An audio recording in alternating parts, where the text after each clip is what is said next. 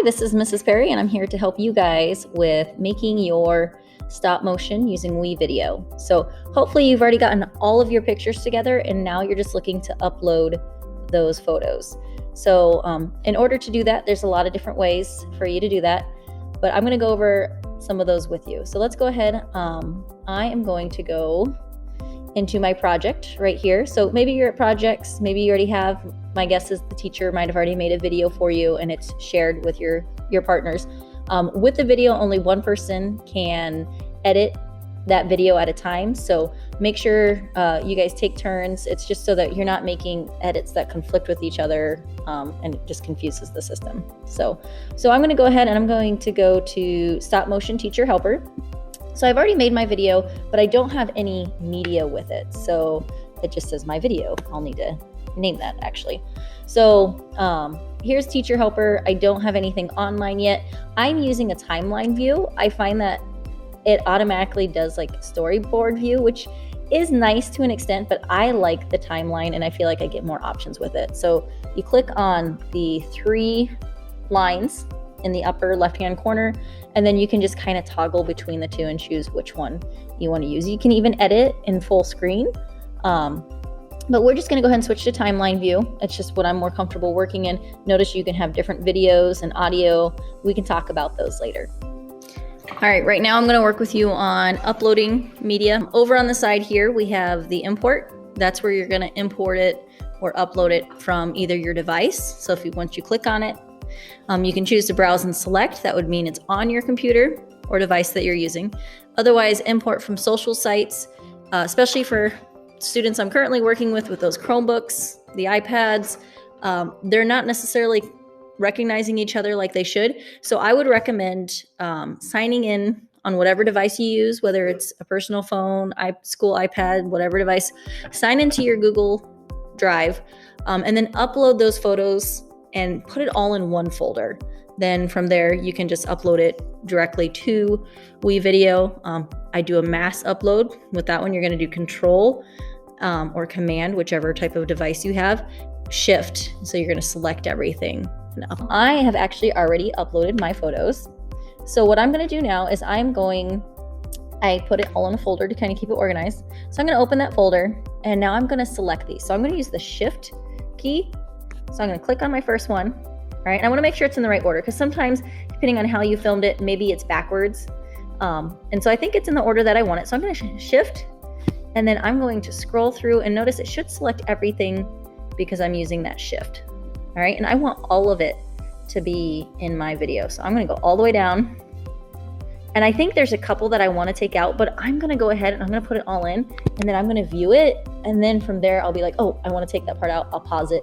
And then I'll try to take care of it there. So let's go ahead and put that. So I have everything selected. I'm going to drag it in here. Boop. All right. And notice that photo options, you can set the duration right away. If it doesn't tell you, I'll show you how to do that as well. So we want this to be a stop motion. So I would say at least half a second, maybe faster. Should we try faster and see what that looks like? I'm going to go 0.3 seconds. Okay. So done. So see how tiny that is? I'm going to want to zoom in on that. So, all right. So to zoom in, you're going to go down here to the bottom. There's a plus and there's a minus, and you can just zoom in and out. It does help to get a lot closer. Notice that when you zoom in, it's going to stay focused on wherever you have this little guy right here. So this is kind of important. If you're looking to edit a certain spot, or maybe you're like, I need to get back to that position there. I'd recommend putting it right where you want it, especially that spot that you want to work on. And that's where it's going to stay centered. So you can get closer, you can see it.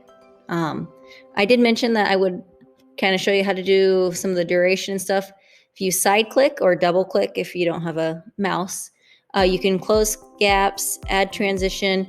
You can even adjust the duration of most of those. So I can Control A, select everything, and then usually it would give me those options. It gets a little bit harder when you have audio and other things added. Then you're kind of forced to maybe zoom back out. Sound effects are totally needed. And then just select what you want. So here I'm just going to select these guys here, and I'm going to say I'd like to adjust the duration, and then I can go through. It always says 5 that is an ungodly amount of time, especially for a stop motion. I'd recommend adjusting it 0.3 or whatever you've chosen there. So hopefully that helps with kind of getting that figured out and transitioned.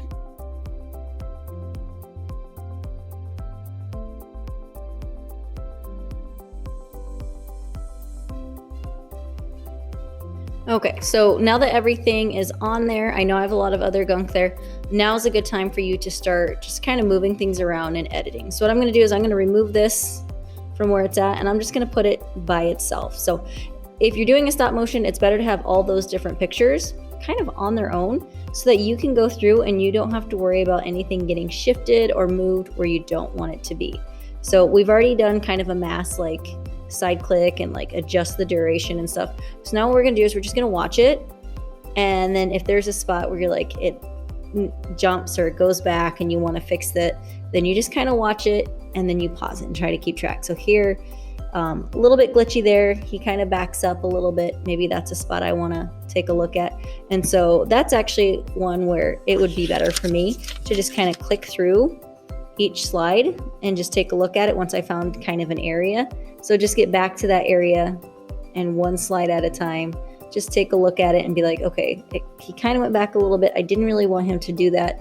That's where it happened, is right here. So I might go ahead and I might take that piece out. So I can click on it, I can delete it if I want to get rid of it altogether. If I didn't, I could move it and just say, hey, I'm just gonna hide this over here. Okay, and then I'm just gonna see what it looks like without that piece there. And so let's see, we've got this here, and then it goes to the next one.